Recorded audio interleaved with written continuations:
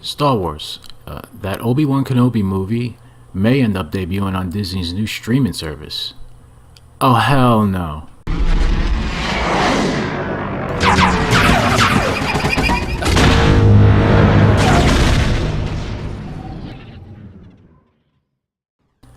How's it going, everybody? This is Phil.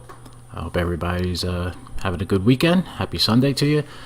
So I saw this article pop up on comicbookmovie.com, and figured we'd take a look at it. So let's read it, and then I'll offer you my thoughts.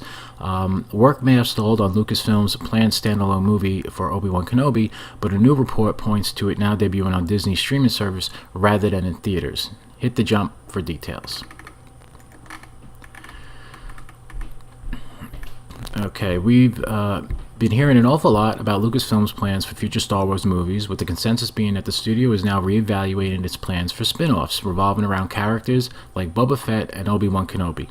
In the case of the latter, it sounds like the Jedi Master will be making his presence felt on Disney's planned streaming service, something they hope will rival Netflix. Apparently, Stephen Daldry exited the movie around 6 months ago, meaning that Solo, a Star Wars story, isn't to blame for the spin-off's production woes. Solo is to blame for a lot of stuff, and its bigger brother, The Last Jedi, is to blame for even more. Stop trying to spin that, let's not kid ourselves here. With Disney's streaming service planned for a fall 2019 debut, it's said that Obi-Wan Kenobi could debut there as a means of generating interest when it launches. After all, you have to believe that moviegoers would subscribe to check that out. Or they could just find a way to stream it illegally, like half the people will anyway. So, you might as well release it in the theaters. While an argument could be made that Obi-Wan Kenobi should be shown on the big screen, yes, the line between movie theaters and home entertainment is blurring. Hence, why the likes of Bright and Gerald's Game debuted on Netflix. Warner Brothers has taken a similar approach to this by putting shows like Titans and Doom Patrol on DC Universe rather than TV, so this obviously makes a lot of sense.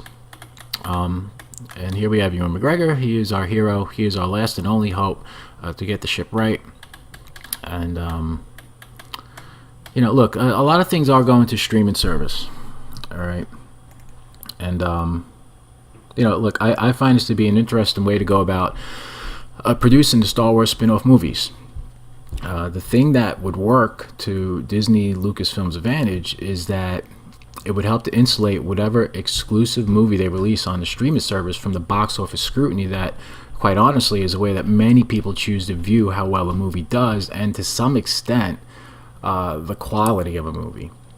We know like The Last Jedi gets by on its high Rotten Tomato score from critics, and the fact that it made $1.3 billion.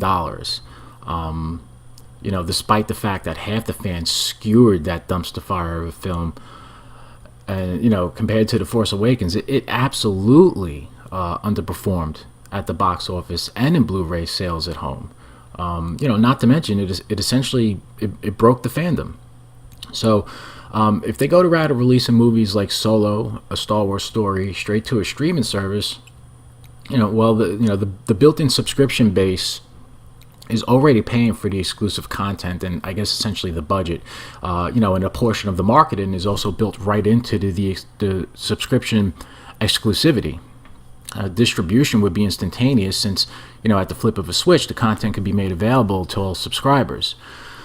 Disney could then use each subsequent release as a marketing tool to help drive new customers to the service who want exclusive content, such as the newest Star Wars movie delivered right to their doorstep in ultra high definition. If they wanted to do like a short theatrical release in select markets, then they can go that route as well. This could be a way, a way to continue with their slate of smaller offshoot movies, and avoid the immense amount of scrutiny that a failure at the box office such as Solo brings upon them. Most likely because these releases are essentially the equivalent of a direct-to-video release, which I can't believe I live in a world where a Star Wars movie is a direct-to-video release. But, that being said, because of that, there'll be less expectations and pressure put on the film to perform. The problem I have with this is we're effectively allowing Lucasfilm to basically lower the bar. And over time, people will learn to expect less and less of these movies and the quality expected from them. Let's face it. At this point, we already do. So I think to an extent, that's the way people feel somewhat about the Jon Favreau series on the streaming service. We expect it to be of a certain quality and hope it'll exceed expectations. But we're more inclined to forgive some of its scope, so long as the storytelling is of a certain quality level. These movies could end up being subpar outings of ancillary characters with small-scale effects and low-level action set pieces with ill-conceived, unsatisfying payoffs. And that's a problem. That's a pattern that you don't want to fall into. And as time goes on, that quality could decrease ever so slightly with each subsequent release. I think something like that Mos Eisley Spaceport movie they were talking about could do well as a direct-to-stream feature.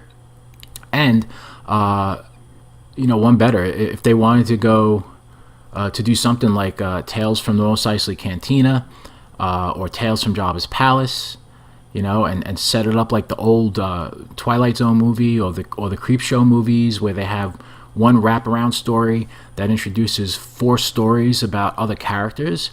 I think that would actually be pretty awesome, and that could work. And then work your way up to Tales of the Bounty Hunter, and then have a story about Boba Fett, and then that springboards into a theatrical full movie release. I think that would be a great way to go, and you kind of have a crossover where the Netflix Marvel shows don't seem to cross over into the MCU movie universe. This would allow Disney to kind of actually do that, and that would be something satisfying, I think, for fans who watch the shows on their streaming service and then get rewarded with a full theatrical release. So that's really something to consider. That could be exciting, and I would love to see an approach like that. If we end up going that route with these types of movies. Let's get Obi-Wan down here back in the panel. But Lucasfilm and Disney, they need to get back to quality storytelling first and foremost, as well as keeping high quality production values for these films. If the quality is shoddy, it will be rejected, and we'll end up right back where we started. And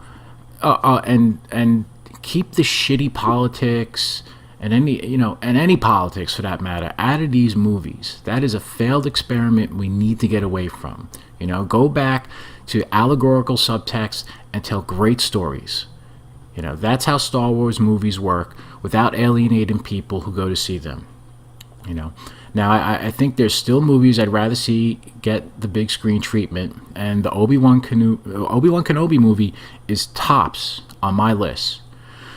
I want Ewan McGregor back in the role. I want this,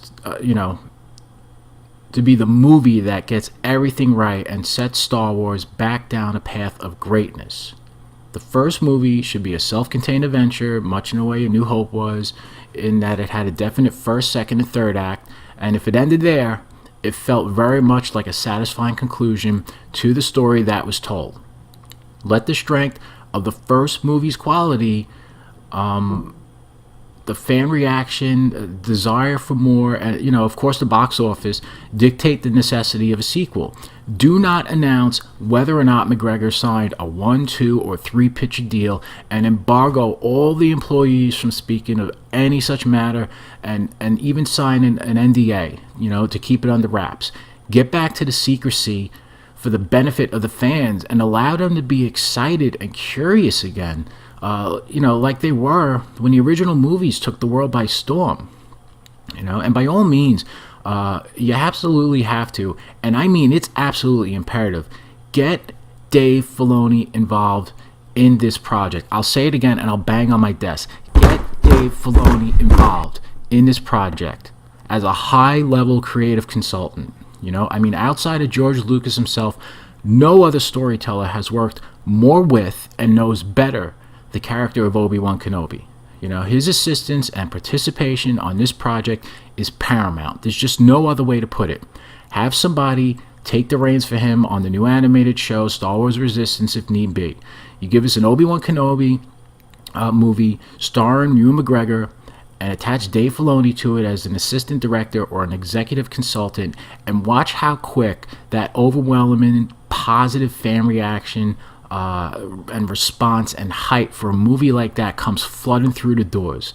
You know, Lucasfilm wouldn't know what to do with such positive goodwill. I mean, hopefully they figure it out, because they need to score a big win in order to restore faith, not just from the fans, but I'm sure from shareholders and peers within the movie industry.